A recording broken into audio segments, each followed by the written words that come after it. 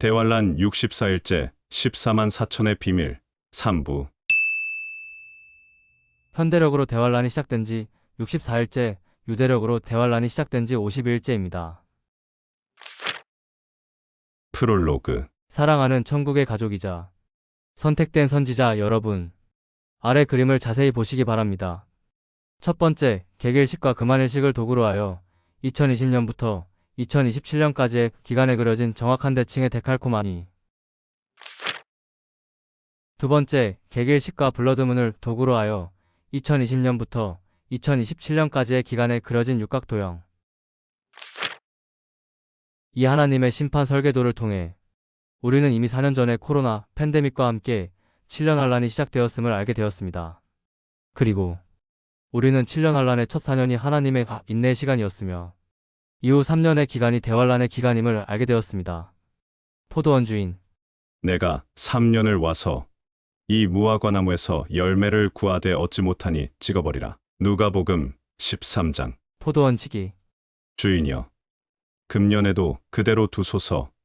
내가 두릅하고 걸음을 줄이니 이후에 만일 열매가 열면 좋거니와 그렇지 않으면 찍어버리소서. 누가복음 13장.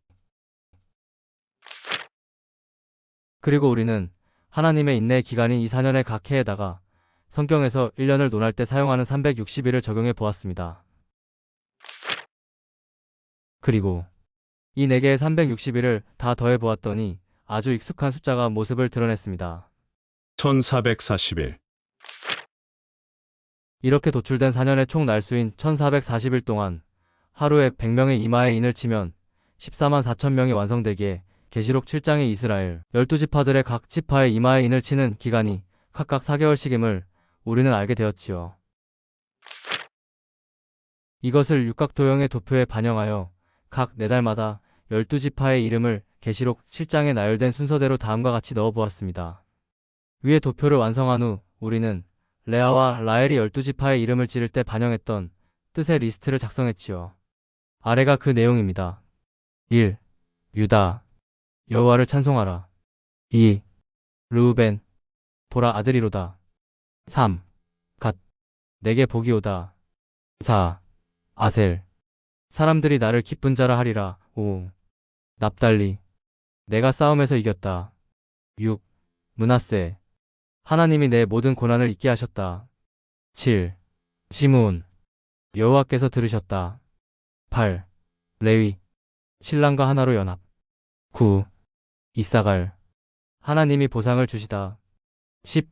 스불론, 신랑이 함께 거주함. 11. 요셉, 축복을 더함. 12. 베냐민, 사랑받는 아들. 이 뜻을 가지고 문장을 완성해 보았더니 2000년간 숨겨져 있었던 14만 4천이 천국에서 부르는 새 노래 휴거신부의 찬가의 가사가 이스라엘 12지파의 이름 속에서 그 모습을 드러냈습니다. 사도 요한이 봉인에 묶어둔 지 2000년 만에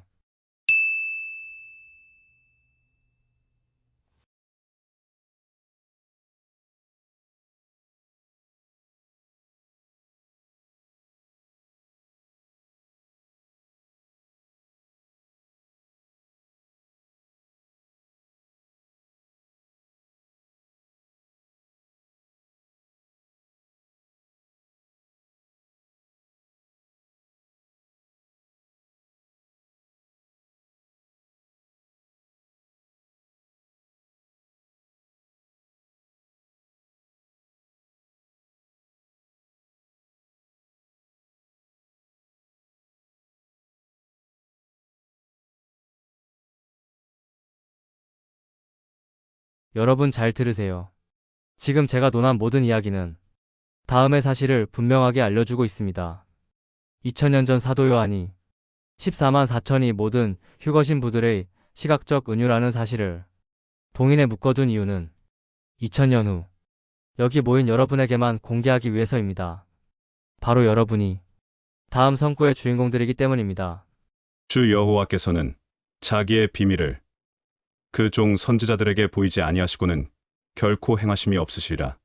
아모스 3장 7절. 전 세계 통틀어서 여기 있는 우리들만 하나님의 심판 설계도와 14만 4천의 새 노래 가사를 알고 있다는 것이 우리가 계시록을 풀어주기 위해 선택된 자들이라는 증거입니다. 이해 있으신 분? 말씀드렸지요. 저는 증거 없이는 말을 하지 않는 사람입니다. 챕터 1. 새 예루살렘 성의 비밀. 오늘 프롤로그에서는 우리가 계시록 7장과 14장의 14만 4천의 비밀을 풀어낸 과정을 다시 짚어봤습니다. 계시록 7장의 내용 속에서는 이스라엘 12지파의 각 지파에게 12,000명씩의 인침이 나타나 있고, 이렇게 12개의 12,000명의 숫자가 14만 4천명을 이룬 것을 확인할 수 있었지요. 그리고 이렇게 나열해본 12지파의 이름 속에서 이들의 정체가 이 휴거 신부의 찬양 가사라는 사실을 밝혀냄으로써 계시록 7장의 이스라엘의 백성들이 사실은 천국에서 새 노래를 부르는 휴거 신부를 묘사한 시각적 은유라는 사실을 깨달았습니다. 그리고 그 즉시 우리는 계시록 14장에 두 번째로 언급되어 있는 14만 4천의 내용으로 눈을 돌리게 되었지요.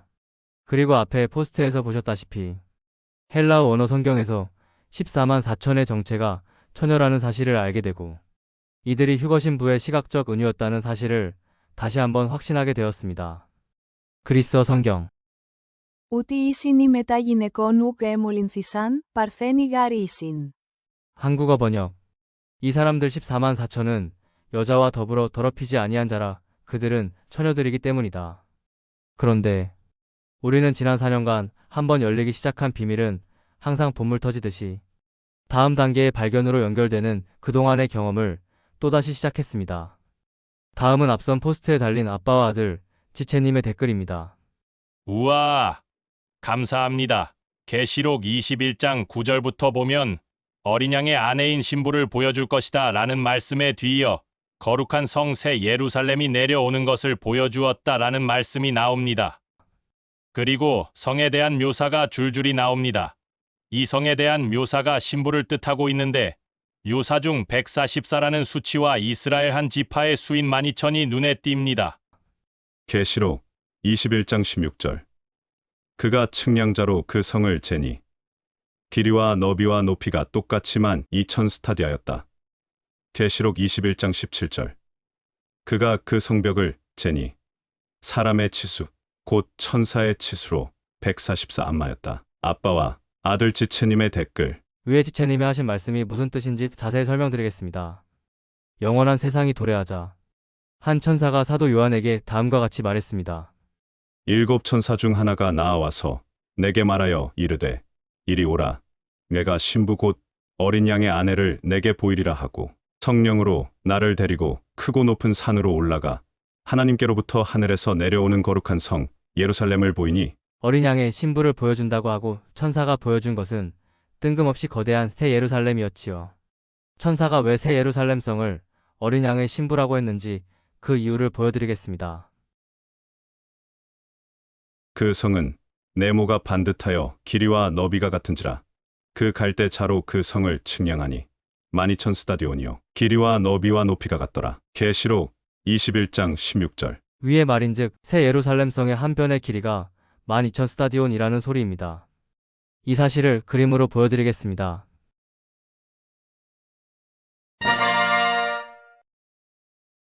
보이시나요? 정육면체의 각 변의 숫자는 12개입니다. 이것은 12,000 스타디온의 각 변이 12개 있다는 소리죠. 12개의 변 곱하기 12,000 스타디온은 14만 4천 스타디온. 내가 신부 곧 어린 양의 아내를 내게 보이리라. 놀랍지요? 14만 4천 명. 14만 4천 스타디온. 14만 4천이라는 숫자는 숫자 그 자체가 아닌 어린 양의 신부인 처녀들의 대명사였던 것입니다. 즉 14만 4천이라고 쓰고 어린 양의 신부들이라고 읽는 것입니다. 그것을 영원한 세상에 도래할 새 예루살렘 성의 치수에 도입하심으로써 계시록 7장과 14장에 기록하신 14만 4천이란 숫자가 어린 양의 신부를 표현한 대명사라는 성경적 증거를 같이 넣어서 성의 설계를 완성하신 것입니다. 챕터 2. 성곽의 비밀. 이제 새 예루살렘 성의 묘사 중 다음 성구에 주목해 주시기 부탁드립니다. 크고 높은 성곽이 있고 12문이 있는데 문에 12 천사가 있고 그 문들 위에 이름을 썼으니 이스라엘 자손 12지파의 이름들이라. 동쪽의 세 문, 북쪽의 세 문, 남쪽의 세 문, 서쪽의 세 문이니 그 성의 성곽에는 12 기초석이 있고 그 위에는 어린 양의 12사도의 12 이름이 있더라. 계시록 21장 12절부터 14절. 위 성구는 정육면체의 새 예루살렘을 두르고 있는 성곽의 묘사입니다. 이 성곽을 하늘에서 내려다 본 모습을 그려보겠습니다. 이것이 새 예루살렘과 성곽의 모습입니다. 성곽의 문에는 이스라엘 12지파의 이름이 써 있고 성곽의 기초석에는 12사도의 이름이 써 있는 것을 그대로 그린 것입니다. 기초석의 위치는 제가 잘 몰라서 일단 문 앞에 세웠습니다. 이제부터 이 성곽의 치수를 재는 내용의 성구를 보여드립니다. 집중 부탁드립니다. 그 성곽을 측량함에 144규빗이니 사람의 측량 곧 천사의 측량이라. 계시록 21장 17절. 또 익숙한 숫자가 나왔지요. 144규빗. 이쯤 되면 우리는 명확히 알아야 합니다. 144라는 숫자는 숫자 그 자체의 수치가 아니라 하나님의 백성을 지목하는 대명사라는 사실을 말이죠. 지금부터 144가 하나님 백성의 대명사라는 사실의 증거를 보여드리겠습니다. 여러분은 이제 곧 계시록 21장에 기록되어 있는 새 예루살렘 성곽의 치수인 144라는 숫자가 이것이 하나님 백성의 대명사라는 사실을 알려주기 위해 아버지께서 숨겨두신 힌트였다는 사실을 깨닫게 될 것입니다.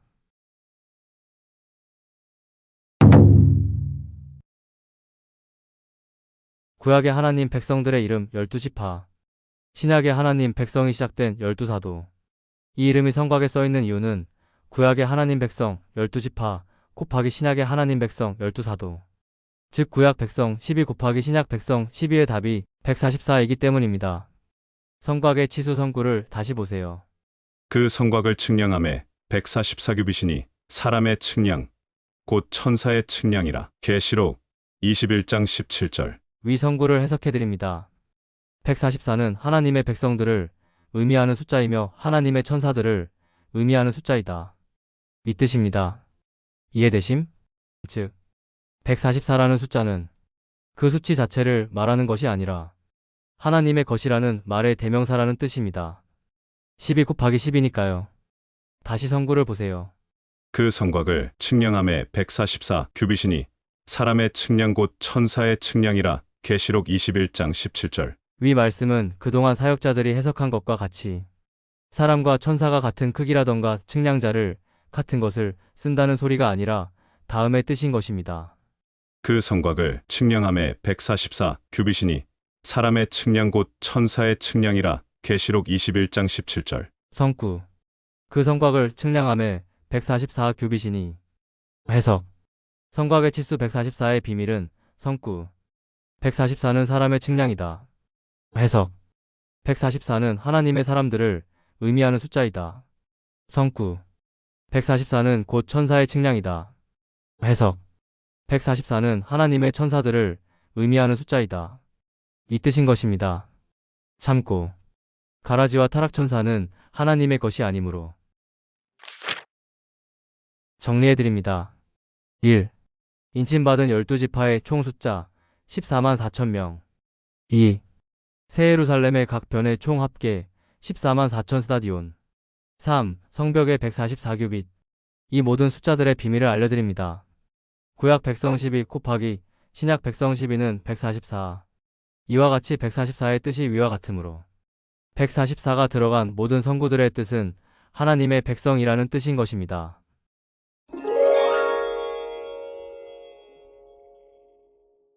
결론은 며칠 전 계시록 14장의 14만 4천 명을 해석한 다음의 해석이 정답이었다는 소리입니다.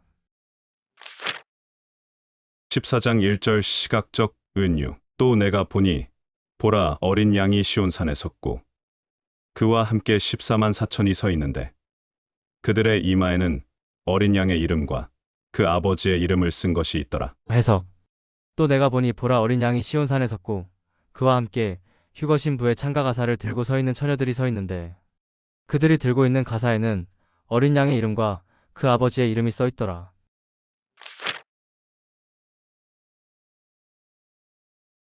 크고 높은 성곽이 있고 12문이 있는데 문에 12천사가 있고 그 문들 위에 이름을 썼으니 이스라엘 자손 12지파의 이름들이라. 동쪽에 세 문, 북쪽에 세 문, 남쪽에 세 문, 서쪽에 세 문이니 그 성의 성곽에는 12기초석이 있고 그 위에는 어린 양의 12사도의 12 이름이 있더라. 계시록 21장 12절에서 14절. 구약 백성 12 곱하기 신약 백성 12는 144. 계시록 21장에 써있는 위의 성구는 2000년 후 위 사실을 추적하는 한국의 작은 무리에게 144가 하나님 백성의 대명사라는 이 사실을 깨닫게 해주기 위해 써진 성구라는 이야기입니다. 농담 같으신 분? 저는 진지하게 말씀드리는 중입니다. 계시록 7장의 14만 4천의 비밀이 우리들을 통해서 최초로 풀어졌다는 사실 자체가 이곳에 모인 우리들이 수천 년의 비밀을 풀어주기 위해서 선택된 선지자들이라는 저의 말이 진실이라는 것의 증거입니다.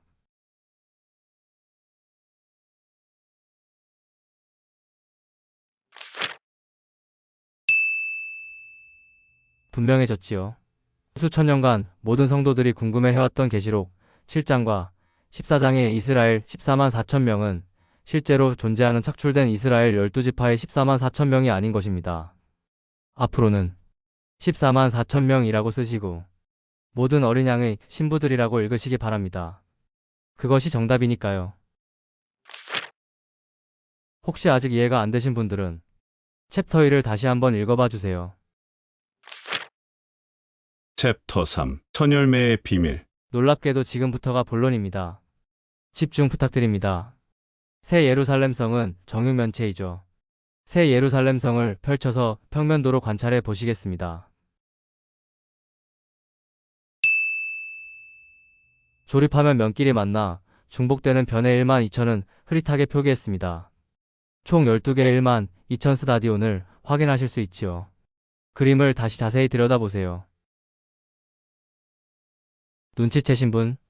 새 예루살렘 성의 평면도 속에는 하나님께서 의도적으로 넣으신 무언가가 숨어 있습니다. 바로 이것입니다. 어린 양의 신부들 14만 4천 스타디온. 내가 진실로 진실로 너희에게 이르노니 한 알의 밀이 땅에 떨어져 죽지 아니하면 한 알 그대로 있고 죽으면 많은 열매를 맺느니라. 요한복음 12장 24절. 이 사람들은 어린 양이 어디로 인도하든지 따라가는 자며 사람 가운데에서 속량함을 받아 처음 익은 열매로 하나님과 어린 양에게 속한 자들이니. 계시록 14장 4절. 새 예루살렘 성의 평면도 속에는 의도적으로 넣으신 주님의 십자가가 숨어 있습니다.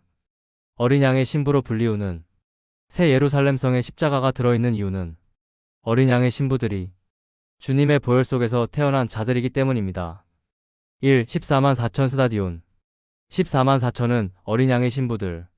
내가 진실로 진실로 너희에게 이르노니 한 알의 밀이 땅에 떨어져 죽지 아니하면 한 알 그대로 있고 죽으면 많은 열매를 맺느니라. 요한복음 12장 24절. 한 알의 밀이 죽어서 만들어낸 수많은 열매.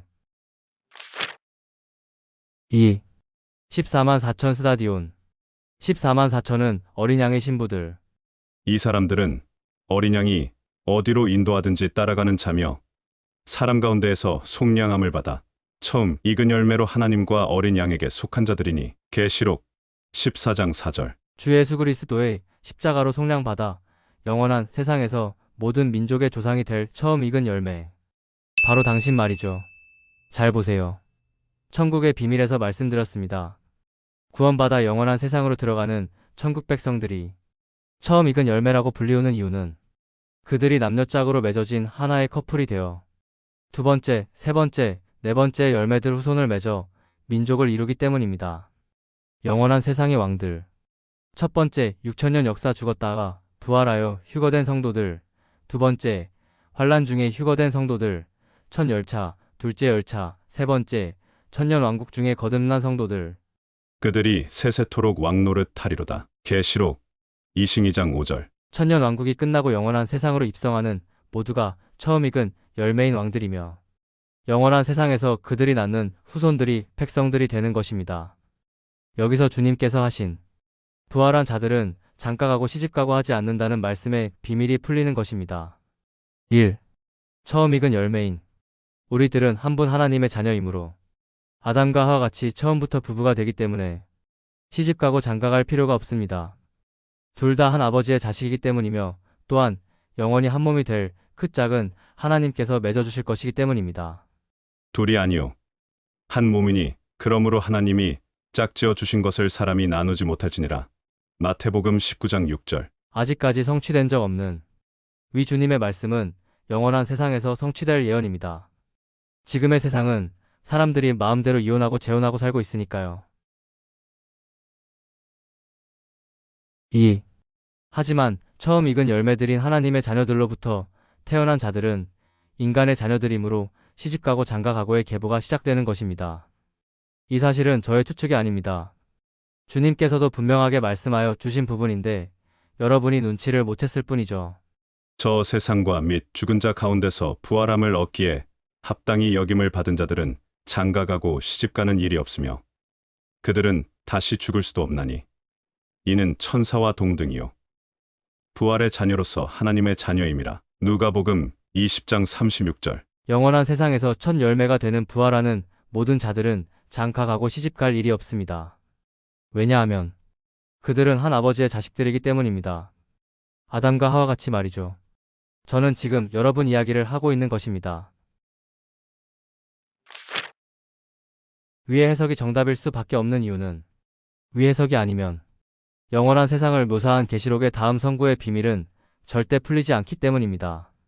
민족들이 그 빛 가운데로 다닐 것이요 땅의 왕들이 그들의 영광을 그 도성으로 들여올 것입니다.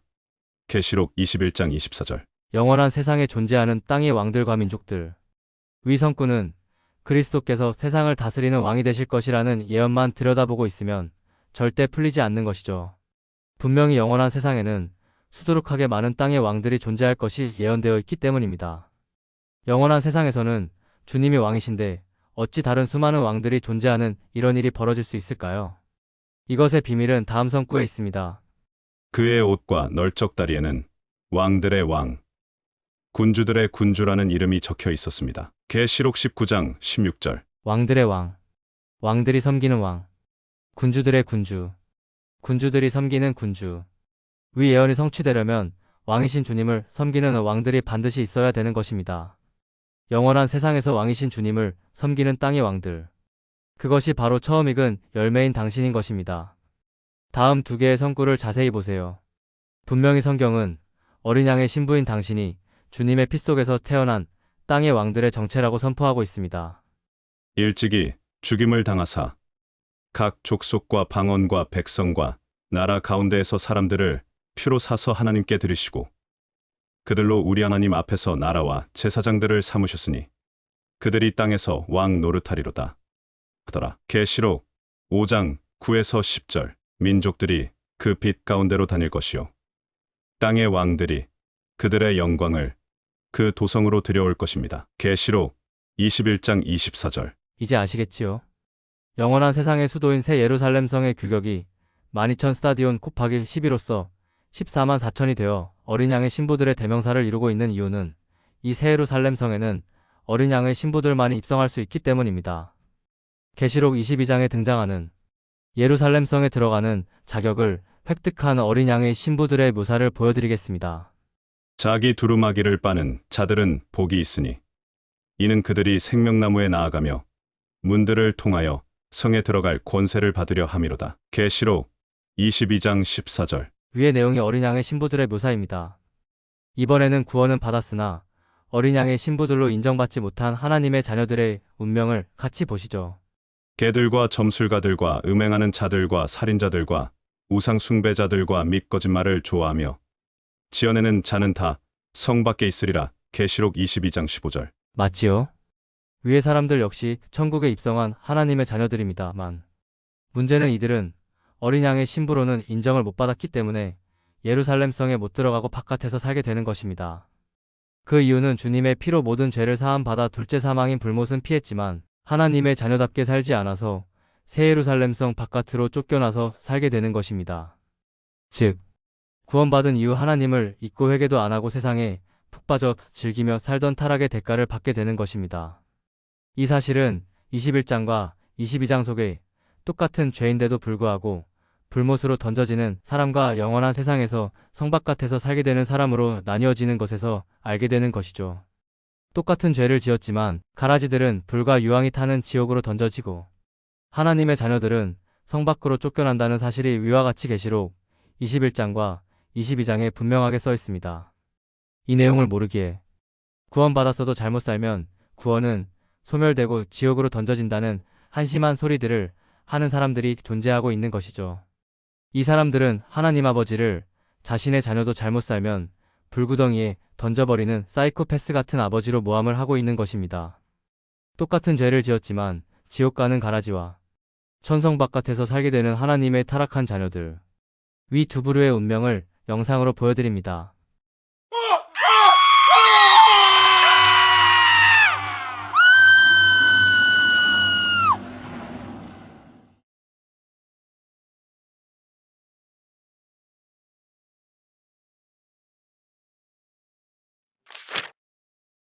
처음 보시는 분들도 깨닫기 시작하셨을 것입니다.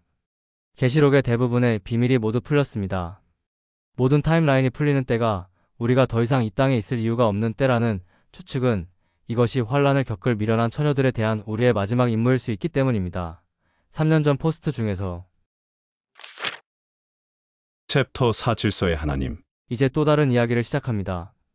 위에서 우리가 계시록 7장의 이스라엘의 12지파 속에 숨어있던 비밀을 풀어낼 수 있었던 것은 7년 환란의 처음 4년이 하나님의 인내의 때라는 사실을 알고 있었기 때문입니다. 위의 4년은 하나님과 하나님을 기다리는 신부들이 서로를 인내로 참고 기다리는 4년의 시간이었습니다. 그 기간인 4년이 1440일이라는 사실을 우리는 알게 되었고, 이 1440일 동안 14만 4천 명의 이마에 인을 치면 하루 100명이게 한 지파당 12,000명씩 4개월의 기간이 걸림을 알 수 있었지요. 여기에 이들 이름의 뜻을 넣어봤더니 휴거 신부의 찬가가 그 정체를 드러낸 것입니다.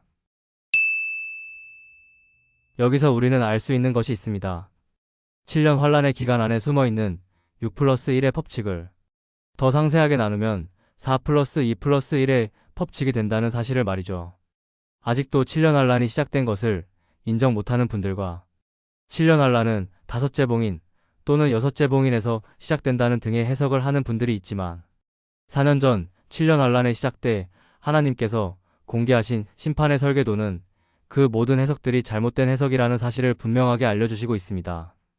위의 그림이 하나님께서 인류 역사의 설계도에 적용시키신 법칙 그대로이며 정답이라는 사실의 증거를 보여드리겠습니다. 첫 번째 증거, 천지창조의 7일 구성. 세상의 창조 4일. 첫째 날 빛과 어둠의 구분 낮과 밤. 둘째 날 궁창하늘 창조로 물을 위아래로 나눔. 셋째 날 땅과 바다의 구분, 식물의 창조. 넷째 날 해, 달, 별 등 하늘의 광채 창조. 생명체의 창조 2일. 다섯째 날 물고기와 새의 창조. 여섯째 날 육지 동물과 인간의 창조. 안식의 1일. 일곱째 날 안식. 맞지요? 천지창조의 7일은 분명히 4대, 2대, 1의 비율입니다. 다음 증거를 보여드립니다. 두 번째 증거, 인류 역사의 7천년 구성. 두 말이 필요하나요? 주님의 초림을 기준으로 구약시대 4천년이 끝났고 주님의 재림까지의 2천년이 곧 끝날 것이고 그 다음 주님께서 다스리시는 1천년이 곧 시작할 것입니다. 맞지요? 인류 역사의 7천년도 분명히 4대, 2대, 1의 비율입니다. 세 번째 증거, 이제 문제의 7년 환란 기간을 보여드립니다. 이것이 정답입니다. 천지창조는 4대, 2대, 1의 구성으로 설계되어 있습니다. 인류 역사도 4대, 2대, 1의 구성으로 설계되어 있습니다. 그런데 왜 7년 환란 기간만 중구난방이죠? 중구난방의 뜻, 맞기 어려울 정도로 여럿이 멋대로 마구 짓거림. 다시 보세요. 천지창조, 인류 역사, 7년 환란. 이 세 가지 그림은 다음의 사실을 분명하게 말해주고 있습니다. 질서의 하나님. 하나님 아버지의 질서의 성격이 다음 성구에 기록되어 있습니다. 하나님은 무질서의 하나님이 아니시오.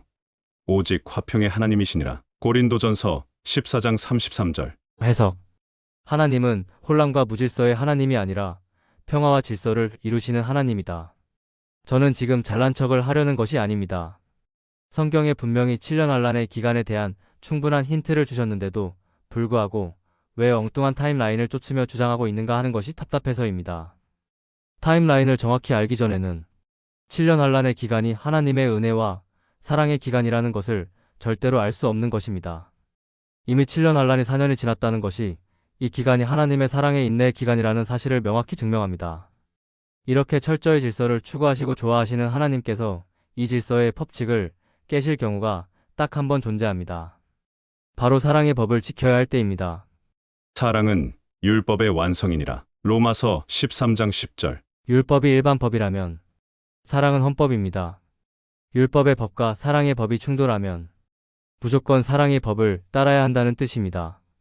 그것이 주님께서 사람들의 병을 고치시면서 율법인 안식일을 지키지 않으신 이유입니다. 사랑의 법을 우선시하셨기 때문입니다. 그런데 주님이 사랑의 법을 우선시하여 율법과 질서를 깨버리시는 사건이 2000년 만에 7년 환란의 기간에서 또 나타났습니다. 이것이 오셔야 할 시간이 64일이 지났는데도 안 오시고 계시는 이유입니다. 오늘은 다음 성구가 2000년의 잠에서 깨어 작동을 하고 있는 64일째 날입니다. 주의 약속은 어떤 이들이 더디다고 생각하는 것 같이 더딘 것이 아니라 오직 주께서는 너희를 대하여 오래 참으사 아무도 멸망하지 아니하고 다 회개하기에 이르기를 원하시느니라. 베드로 후서 3장 9절. 신랑이 더디오므로 다 졸며 잘새 밤중에 소리가 나되 보라 신랑이로다 맞으러 나오라. 마태복음 25장 6에서 7절. 주님께서 늦어지시는 이유는 사랑하기 때문입니다. 확실합니다. 나는 너를 이렇게까지 사랑한단다. 만일 어떤 사람이 양 100마리가 있는데 그 중에 하나가 길을 잃었으면 그 99마리를 산에 두고 가서 길 잃은 양을 찾지 않겠느냐? 진실로 너희에게 이르노니 만일 찾으면 길을 잃지 아니한 99마리보다 이것을 더 기뻐하리라. 마태복음 18장 12에서 13절. 위 성구는 인류 역사 마지막 7년의 5번째 해의 초입에 벌어질 사건의 예언이며 지금 현재 진행되고 있는 이 기회의 시간은 그리 길지 않을 것입니다. 충성된 99마리의 양들이 시험의 때를 당하면 안 되기 때문입니다. 내가 나의 인내의 말씀을 지켰은즉 내가 또한 너를 지켜 시험의 때를 면하게 하리니 이는 장차 온 세상에 임하여 땅에 거하는 자들을 시험할 때라. 계시록 3장 10절. 99마리의 양들이여 애타게 한 마리의 양이라도 더 구해내어 데려오느라 늦어지시는 주님께 섭섭해하지 마십시오.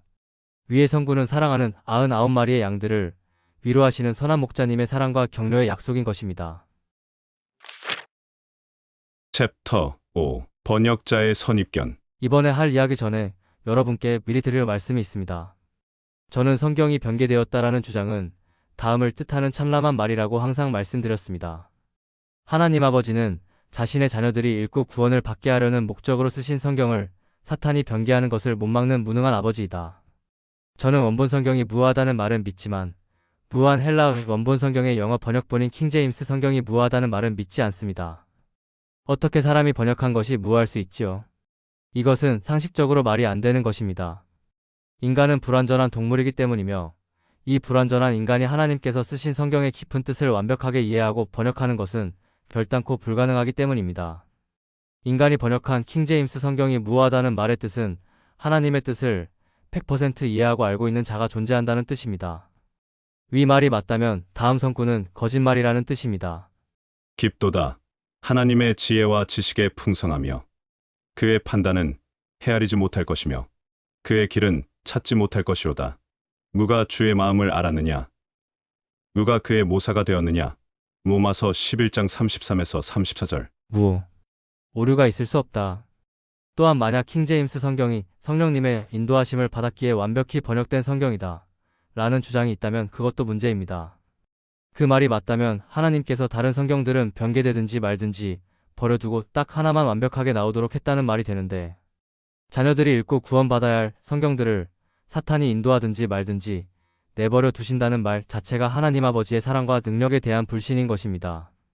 킹제임스 성경 역시 원전의 번역을 완벽하지 못한 일개 인간이 번역한 것입니다. 하지만 이번에 이를 통해 수백 년 전 킹제임스 성경을 처음 편찬하고 영어로 번역한 사람은 최대한 자신의 선입견을 누르고 원문 그대로 옮기려는 노력을 열심히 했다는 사실은 인정하게 되었습니다. 문제는 현대에 와서 킹제임스 성경을 알리는 분들이 다른 성경들은 변개되었다라는 홍보 문구를 사용하는 것이 문제인 것입니다. 그 이유는 위에서 말씀드린 대로 그분들이 의도했든 안 했든 그들은 하나님을 사탄에게 이기지 못하는 무능한 분으로 모함하는 결과가 되는 것이기 때문입니다. 성경의 번역이 서로 상이할 때가 있거나 삭제되고 없는 부분이 있는 이유는 변개된 것이 아니라 마지막 때까지 밝혀서는 안 될 비밀들을 봉인해 묶어두고자 하시는 저작권자 하나님께서 의도적으로 하신 일인 것입니다. 그 방법 중 하나가 번역자의 선입견을 이용하신 것이죠. 대표적인 것이 엊그제 다룬 다음 내용입니다. 그리스어 원어 성경. Ούτε ίσιν ή μετά γυναικών ουκ έμολυνθησαν, παρθένη γάρ ίσιν. 이 사람들은 여자와 더불어 더럽히지 아니한 자라. 그들은 처녀들이기 때문이다. 이것을 대부분의 성경이 다음과 같이 번역했지요. 개역 개정. 이 사람들은 여자와 더불어 더럽히지 아니하고 순결한 자라. 새 번역. 그들은 여자들과 더불어 몸을 더럽힌 일이 없는 정절을 지킨 사람들입니다. 현대인의 성경. 이들은 여자들과 더불어 자신을 더럽히지 않고 순결을 지킨 사람들로서 위와 같이 번역된 이유는 원문이 Παρθένη. 라는 단어가 처녀와 순결을 동시에 의미하기 때문입니다. 번역자들이 14만 4천이 남자라는 선입견을 이기지 못하고 처녀와 순결이라는 단어 중 순결을 선택한 것이죠. 번역자의 선입견의 끝판왕을 보여드리겠습니다. 이들은 여자들과 더불어 몸을 더럽히지 않은 자들이니 수총각들이다. 바른길 형제님 제보. 이 번역자는 원문 Παρθένη. 처녀, 순결의 뜻을 넘어 아예 수총각이라고 번역을 했습니다. 처녀와 수총각이란 말이 어떻게 같은 단어에서 나오죠? 이분은 끝내 여자들과 더불어 몸을 더럽히지 않은 자 라는 문장의 벽을 넘지 못하고 선입견의 끝판왕의 자리에 등극한 것입니다. 이 사람은 성경의 원문을 쓴 사도 요한이 뭔가 실수를 하여 오류가 생겼다는 생각을 하고 자신의 머리에 이해되는 방향으로 아예 뜻을 바꾸어 버린 것이죠. 이것을 한 단어로 다음과 같이 표현하죠. 교만. 성경의 원본 내용을 불신하는 사람이 뭐하러 성경을 번역하고 앉아있지요. 이제 한글 킹제임스 흠정역의 번역을 보여드리겠습니다. 이들은 여자들과 더불어 자신을 더럽히지 않은 자들이니 그들은 처녀들이니라. YOUHN 형제님 제보. 이 번역자는 여자들과 더불어 몸을 더럽히지 않은 자 라는 문장의 철벽 앞에서 자신의 선입견을 눌러버리고 원문 그대로를 옮기는 정신승리를 했습니다. 이것을 한 단어로 다음과 같이 표현합니다. 순종. 자신을 최대한 낮추고 모든 것을 하나님의 뜻에 맡긴 제대로 된 순종이었던 것이죠. 이 사람은 분명히 다음과 같은 생각을 했을 것입니다.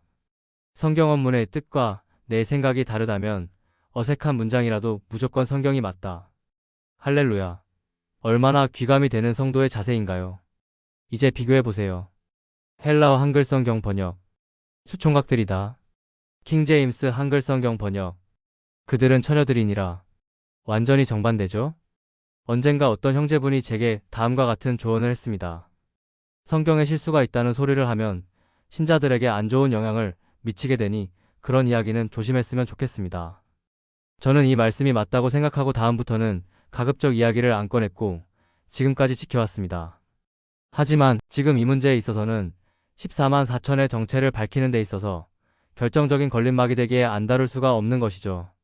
저는 성경의 오역이 하나님의 의도에 의해 비밀을 감추기 위한 장치라는 것을 말씀드렸고 방금 분명한 증거를 보여드렸습니다. 헬라어 한글 성경. 수총각들이다. 킹제임스 한글 성경. 그들은 처녀들이니라. 이 사실은 다음 성구의 성취입니다. 또 내게 말하되 이 두루마리의 예언의 말씀을 임봉하지 말라. 때가 가까우니라. 계시록 22장 10절. 해석. 마지막 때가 될 때까지 계시록의 내용은 봉인으로 묶어둘 것이다. 분명히 말씀드릴 수 있는 것은 비록 하나님께서 의도적으로 번역자들이 오역을 하도록 몇 부분 허락하셨다 해도 지옥 갈 영혼이 구원받는 데는 아무런 영향이 없도록 보호하셨을 것이라는 것입니다. 저는 개역 성경을 거의 평생을 읽었고 킹제임스 성경을 약 3년을 읽었습니다. 말세 특집을 쓰는 4년 중 3년은 세 번 역성경을 계속 읽고 듣는 중입니다. 오늘 결과를 알게 되었다고 해서 킹제임스로 돌아갈 생각은 1도 없습니다. 저의 머리에 쏙쏙 이해되고 도움되는 것은 지금 읽고 있는 세번역 성경이기 때문입니다.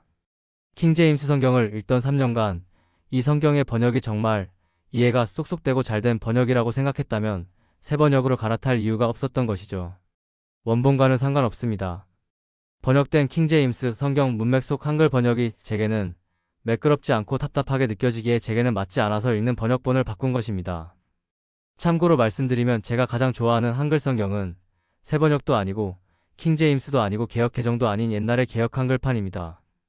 비록 개역 한글판과 개역 개정은 단어 사용이 구식이라서 예를 들면 파라오를 바로로 이집트를 애굽이라는 단어를 사용하여 이해가 쉽지 않지만 그 번역의 문체가 하나님의 근엄하심과 하나님 말씀의 무게감을 잘 나타내고 있었고 번역이 너무나 아름답게 느껴지기 때문에 좋아하는 것입니다. 다음 개역 한글판의 번역을 보세요.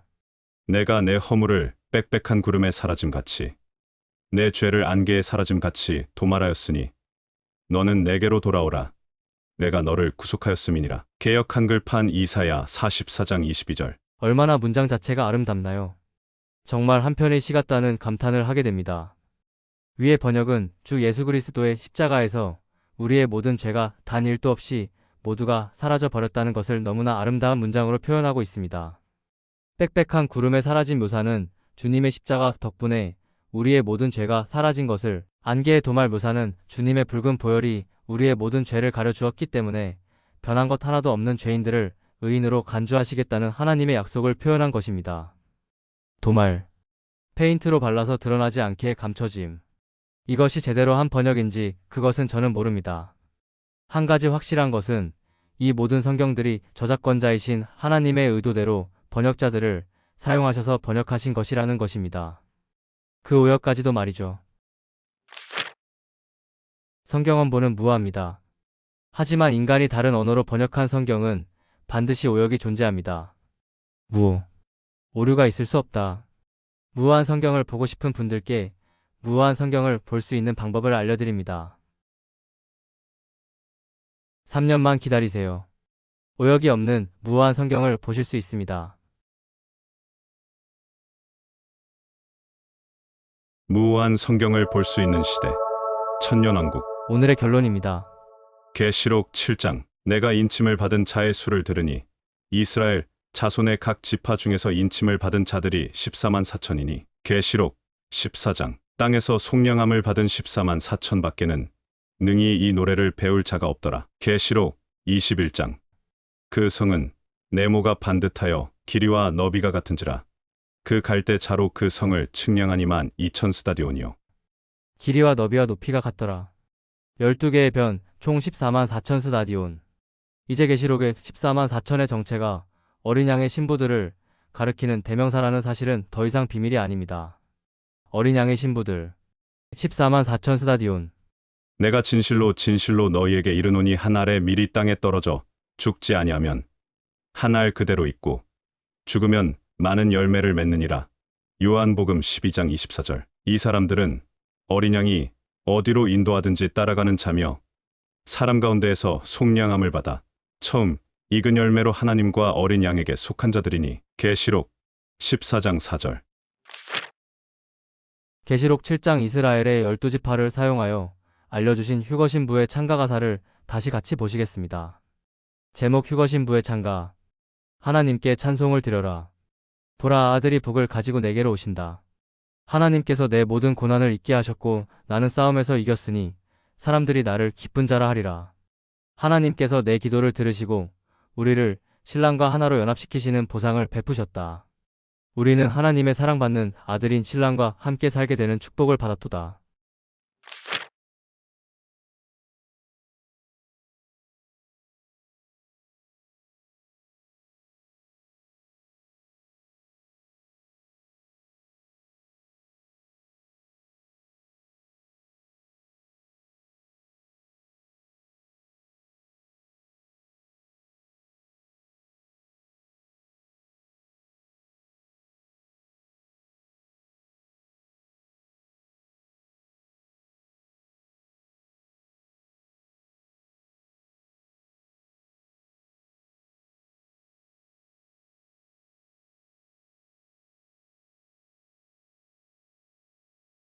위 영상 속에 사용한 그림은 지구나그네 지체님께서 올려주신 링크를 통해 알게 된 영상의 캡처입니다.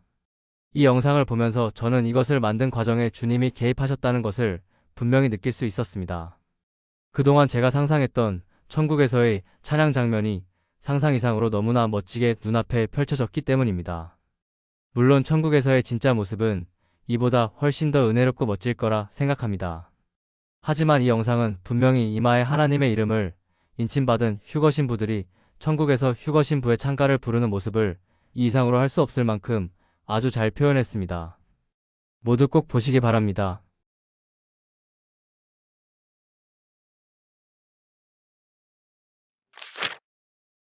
오늘 내용 잘 보셨나요? 다음 그림을 다시 자세히 보세요. 이미 대환란이 시작되었어야 하는 시간이 64일이 지났습니다. 하나님께서 첫 번째 열차를 태워서 데려가실 계획을 미룬 지 64일이 되었다는 소리입니다.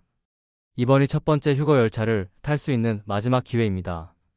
당신이 아직까지 하나님을 영접하고 천국 백성이 되지 않았다면 이 기회를 놓치면 아주 심각한 문제에 봉착되게 될 것입니다. 잘 보세요. 보이지 않느냐? 내가 내 이름으로 불리는 저 도성이 이스라엘에서부터 재앙을 내리기 시작하였는데 너희가 무사하게 넘어갈 수 있겠느냐? 너희는 절대로 무사하게 넘어가지 못한다. 이는 내가 온 세계에 전쟁을 일으켜서 모든 주민을 칠 것이기 때문이다. 나 만군의 주가 하는 말이다. 예레미야 25장 27에서 29절 세번역. 곧 3차 세계대전이 시작될 것이고 첫 번째로 죽을 사망자의 숫자는 20억 명입니다.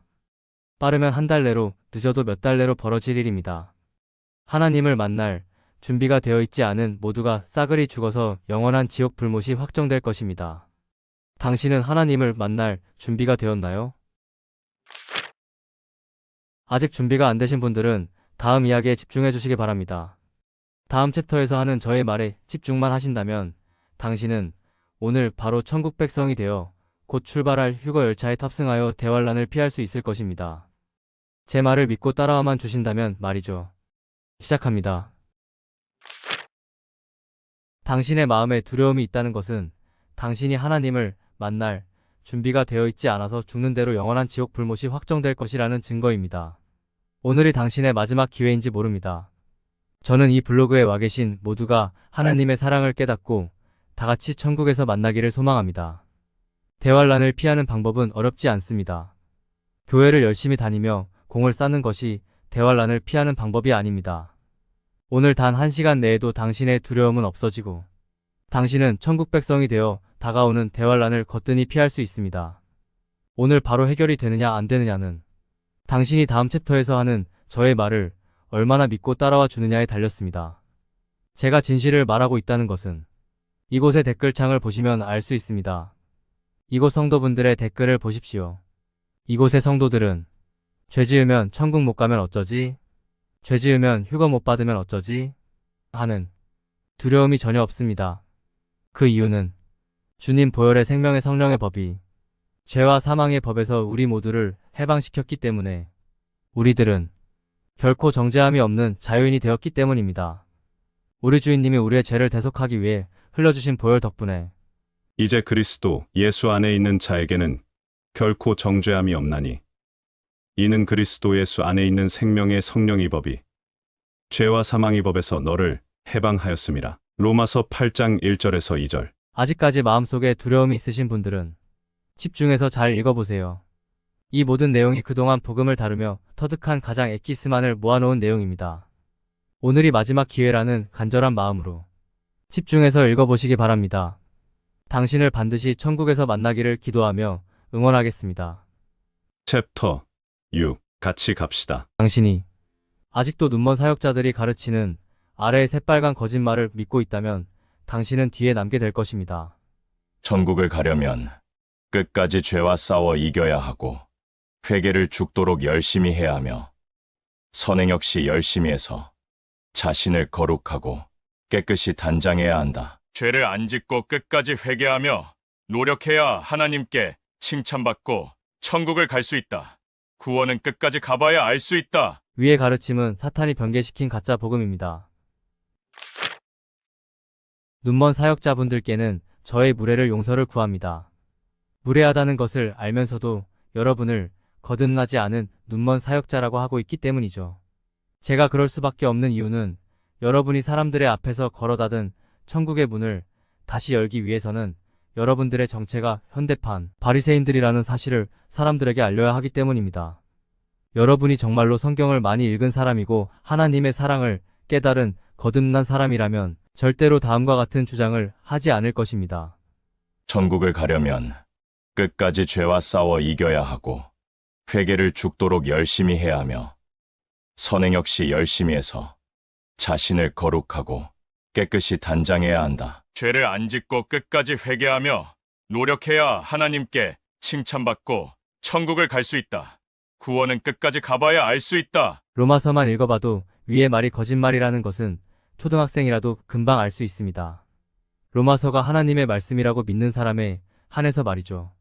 사탄은 사람들로 하여금 로마서의 참복음을 못 믿게 막는 방법을 찾아냈습니다. 거듭나서 천국이 확정된 사람들에게 말하는 천국을 가더라도 천성에는 못 들어갈 수도 있다는 경고의 선구를 하나님의 자녀가 되었더라도 잘못 살면 지옥으로 갈 수 있다는 말로 착각하게 만든 것이죠. 그렇게 로마서에 써있는 은혜의 복음 모두에 은혜의 복음은 맞지만 구원받은 이후 잘못 살면 구원은 소멸되고 지옥에 간다는 새빨간 거짓말을 덧붙여서 사람들을 속이는데 성공한 것입니다. 결국은 은혜의 복음을 인정하는 척하며 결국에는 행위를 통하여 구원을 받는 행위구원으로 모든 사람들을 속여서 다시 지옥 가는 길로 끌고 내려온 것입니다. 이것이 바로 지금 눈먼 사역자들이 천국을 가고 싶어하는 사람들 앞에서 하는 행태입니다. 죄를 안 짓고 끝까지 회개하며 노력해야 하나님께 칭찬받고 천국을 갈 수 있다. 구원은 끝까지 가봐야 알 수 있다. 사탄이 아주 교활하죠. 여러분 잘 들으세요. 같은 죄를 짓더라도 거듭난 적 없는 가라지들과 거듭나 하나님의 자녀가 된 사람들은 마지막 가는 길이 다릅니다. 다음의 그림이 그 내용이며 계시록 21장과 22장에 분명하게 써있는 내용입니다. 항상 말씀드렸습니다. 하나님 아버지를 자신의 자녀들도 말 안 들으면 지옥 불못으로 던져버리는 사이코패스처럼 모함하는 일생일대의 실수를 하고 있는 사람들은 뒷감당하기 힘들 것이라고 말이죠. 죄를 안 짓고 끝까지 회개하며 노력해야 하나님께 칭찬받고 천국을 갈 수 있다. 구원은 끝까지 가봐야 알 수 있다. 눈먼 사역자분들이 위와 같은 주장을 하게 되는 것은 자신의 눈으로 직접 성경 읽기를 게을리하고 인간의 누룩 가득한 가르침을 통해 하나님을 배웠기 때문입니다. 위의 주장에는 하나님의 사랑과 주님의 십자가가 없습니다. 사탄이 일부러 하나님의 사랑과 십자가를 누락시키고 공짜는 없다는 세상의 시스템과 하나님의 공의를 그럴듯하게 포장을 해서 만든 가짜 복음이기 때문입니다. 모두에게 다시 말씀드립니다. 여러분에게 행위구원을 가르치며 지옥으로 끌고 가고 있는 눈먼 사역자분들은 하나님의 말씀인 성경을 직접 열심히 읽은 사람들이 아니라 인간의 누룩 가득한 가르침, 즉 남의 눈과 인간의 책을 통해 하나님을 배운 사람들입니다. 제 말이 맞나 틀리나 천국에서 확인해 보세요. 분명합니다. 오늘 저는 또 한 번 증거를 보여드렸습니다. 이제 마지막 기회의 시간이 진짜로 얼마 안 남았다는 사실을 말이죠. 곧 하나님을 만날 준비가 되어 있는 사람들은 본격적인 대환란이 시작되기 전에 이 세상에서 데려감을 받을 것이고, 준비가 되어 있지 않은 사람들은 뒤에 남겨져서 3년간의 대환란 속에서 싸그리 다 죽게 되어 영원한 지옥불이 확정될 것입니다. 당신은 하나님을 만날 준비가 되었습니까?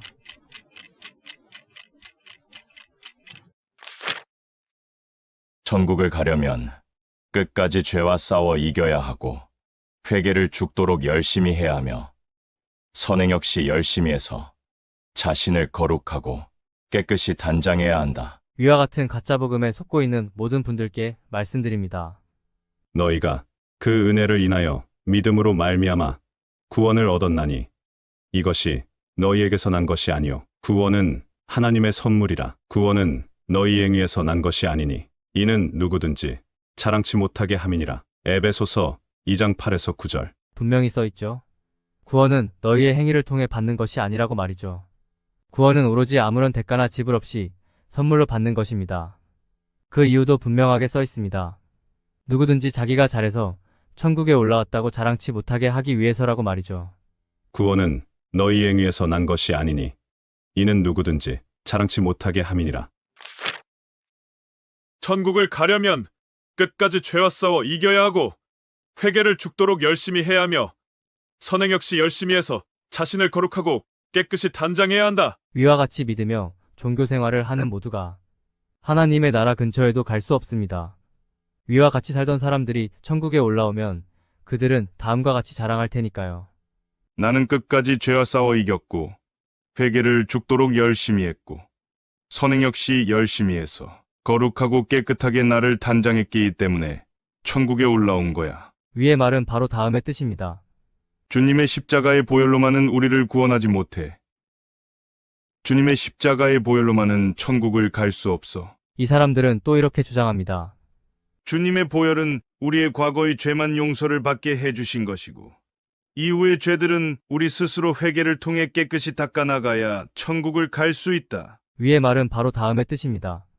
주님의 보혈도 과거의 죄나 사함받게 해주던 양이나 염소의 피와 크게 다를 게 없다. 너의 모든 죄값을 내가 모두 갚았도다.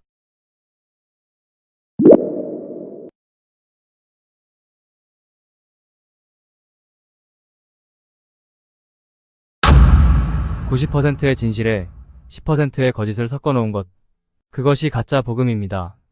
언뜻 보기에 맞는 말 같이 보이지만 성경 구절을 이리저리 뒤틀어서 헷갈리게 해놓고 결국 행위가 없으면 천국 못 간다는 결론을 내리는 새빨간 거짓말인 가짜 복음이 온 세상과 온라인에 널리고 널려 있다는 소리입니다. 구원은 아무 조건 없이 믿기만 하면 받을 수 있는 하나님의 선물입니다. 아니, 믿기만 해야 받을 수 있는 하나님의 선물입니다. 증거를 보여드립니다.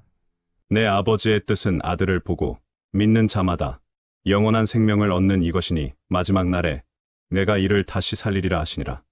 요한복음 6장 40절. 아버지의 뜻은 죄에 이겨야 영원한 생명을 얻는다가 아닙니다. 아버지의 뜻은 회개를 잘해야 영원한 생명을 얻는다가 아닙니다. 아버지의 뜻은 교회를 열심히 다녀야 영원한 생명을 얻는다가 아닙니다. 아버지의 뜻은 믿는 자마다 영원한 생명을 얻는다입니다.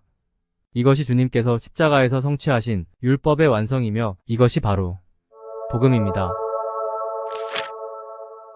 저는 지금 회개를 하지 말라는 소리가 아닙니다.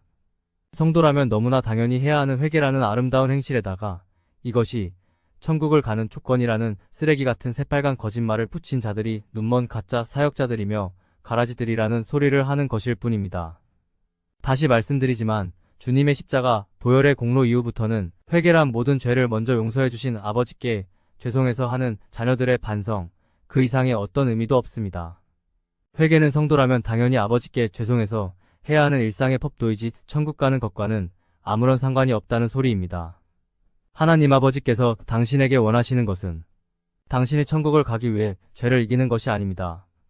당신이 천국을 가기 위해 회개를 잘하는 것이 아닙니다. 당신이 천국을 가기 위해 교회를 열심히 다니는 것이 아닙니다. 하나님 아버지께서 당신에게 가장 원하시는 것은 자비를 간구하는 당신에게 아무런 대가 없이 자비를 베푸시는 것입니다. 그것이 다음 성구의 비밀인 것입니다. 내 아버지의 뜻은 아들을 보고 믿는 자마다 영원한 생명을 얻는 이것이니 마지막 날에 내가 이를 다시 살리리라 하시니라. 요한복음 6장 40절. 하나님께서 이렇게 값없이 자비를 베푸시는 이유는 조건 없이 사랑과 자비를 먼저 베풀어야 당신이 하나님을 진심으로 사랑하고 존경하고 찬양하게 될 것이기 때문입니다. 하나님이 당신에게 원하시는 것은 당신의 진심 어린 사랑과 존경과 찬양이지 하나님이 두려워서 지옥 가기 싫어서 천국을 가고 싶어서 하는 거룩한 행실과 회개가 아닌 것입니다. 다시 말씀드립니다. 인간의 겉모습이 아닌 중심을 보시는 하나님 아버지께서는 겉으로만 대단해 보이는 이런 형식적인 인간의 행위가 아닌 당신의 마음에서 우러나오는 진심 어린 사랑을 받고 싶으신 것입니다. 앞으로는 하나님의 마음을 전혀 모르고 다음과 같이 떠들고 있는 세상의 눈먼 바리새인들의 가르침에 더 이상 속지 마시기 바랍니다.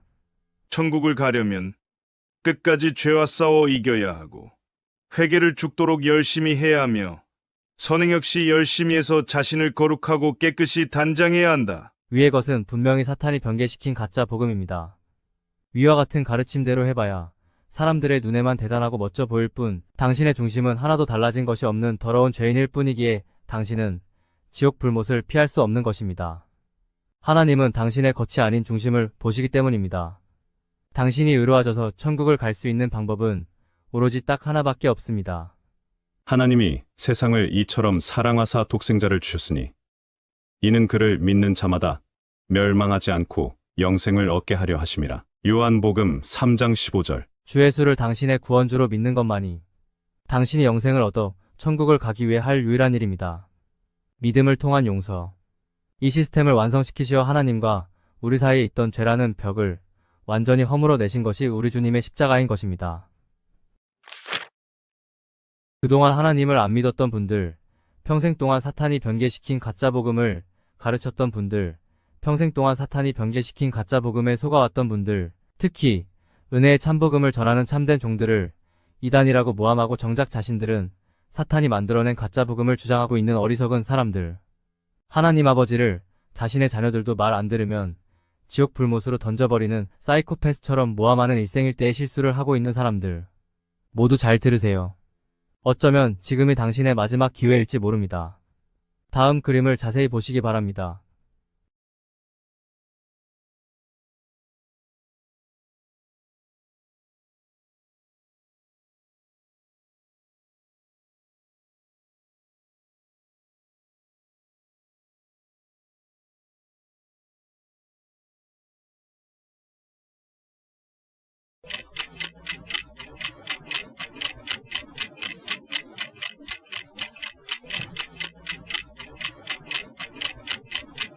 시간이 없습니다. 분명히 대환란은 시작되었고 당신이 준비가 되지 않았다면 당신은 곧 죽어서 지옥이 확정될 가능성이 매우 높아집니다. 지금 준비를 안 하면 당신은 지옥 불못에서 마귀들과 함께 영원히 고통받는 운명에 떨어지게 된다는 뜻입니다. 본격적인 대환란을 피하고 싶다면 지금부터 제 말을 집중해서 들어주시기 부탁드립니다. 하나님 아버지께서는 미래의 모든 일을 다 알고 계시는 시간의 주인이시기에 후회하실 일은 아예 시작도 하지 않으시는 분입니다. 만약 제가 가짜 복음으로 여러분을 속여서 지옥으로 끌고 갈 사람이라면 저를 선택하실 이유도 없고 수천 년의 비밀을 보여주실 이유도 없다는 소리입니다. 육각도형과 데칼코마니.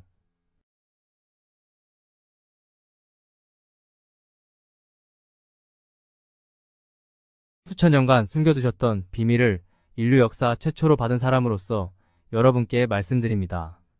거듭난 적이 없는 자가 성경을 논하고 가르치고 거듭난 적이 없는 자가 성경책 끼고 예배당을 수십 년을 다녀보아도 결국 그 사람은 지옥행가라지일 뿐입니다.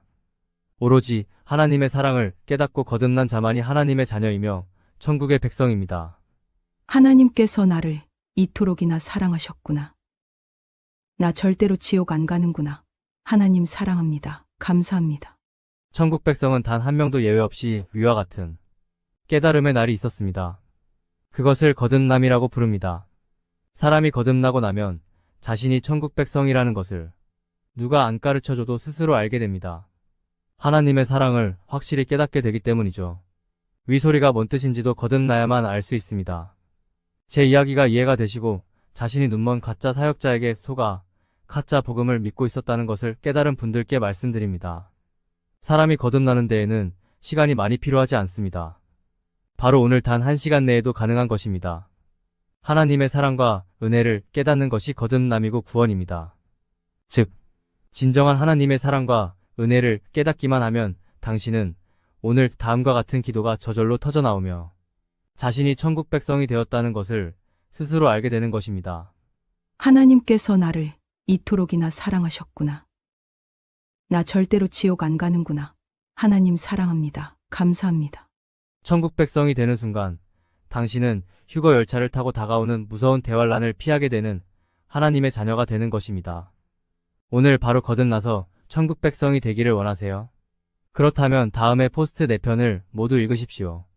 이 4편의 포스트가 당신의 영원한 운명을 완전히 바꾸어 놓을 것입니다. 시간이 없습니다. 서두르시기 바랍니다. 때가 다 되었습니다. 확실합니다. 복음의 비밀 파트 1, 복음의 비밀 파트 2, 복음의 비밀 파트 3. 위대한 프로포즈. 에필로그. 내가 천국을 소망하는 이유는 눈물과 슬픔과 거짓과 악은 더 이상 존재하지 않고 믿음과 소망과 사랑만이 존재하는 영원히 평화로운 세상에서 내가 영원한 젊음과 생명을 가진 아름다운 외모의 새 몸을 입고 살게 될 것이고 하나님께서 정해주신 나의 짝과 함께 영원히 뜨겁게 사랑하는 한 팀을 이루어 영원히 하나님을 찬양하고 경배하며 살게 될 것이며 나와 나의 짝이 낳은 후손들이 백성이 되어 구성된 하나님을 경배하는 나라의 영원한 왕이 될 축복이 나를 기다리고 있기 때문에 영원한 천국을 상속받기를 간절히 소망합니다. 천국 백성이 된 당신의 앞에 기다리고 있는 축복의 자세한 내용이 궁금하신 분들은 다음 포스트를 꼭 보시기 바랍니다. 천국의 비밀. 천국의 비밀 포스트는 당신을 많이 놀라게 할 것입니다. 당신에게 얼마나 엄청난 축복이 기다리고 있는지 제대로 깨닫는다면 당신은 더 이상 이 세상의 것에 미련을 두지 않을 것입니다. 이 세상의 것이 너무나 시시하니까요. 잘하였도다. 착하고 충성된 종아. 내가 적은 일에 충성하였음에 내가 많은 것을 내게 맡기리니 내 주인의 즐거움에 참여할지어다. 마태복음 25장 21절. 보라, 내가 속히 오리니 내가 줄 상이 내게 있어 각 사람에게 그가 행한 대로 갚아주리라. 계시록 22장 12절. 할렐루야. 주여, 어서 오시옵소서. 출처 세상에서 가장 놀라운 이야기. 작성자 승민 아빠. 아래는 관련 주소들입니다. 말세 특집 총정리. 승민 아빠 블로그. 5분만 시간을 내주세요. 하나님의 은총이 여러분과 함께 하기를 기도합니다. 대환란 64일째 14만 4천의 비빌 3부 The End.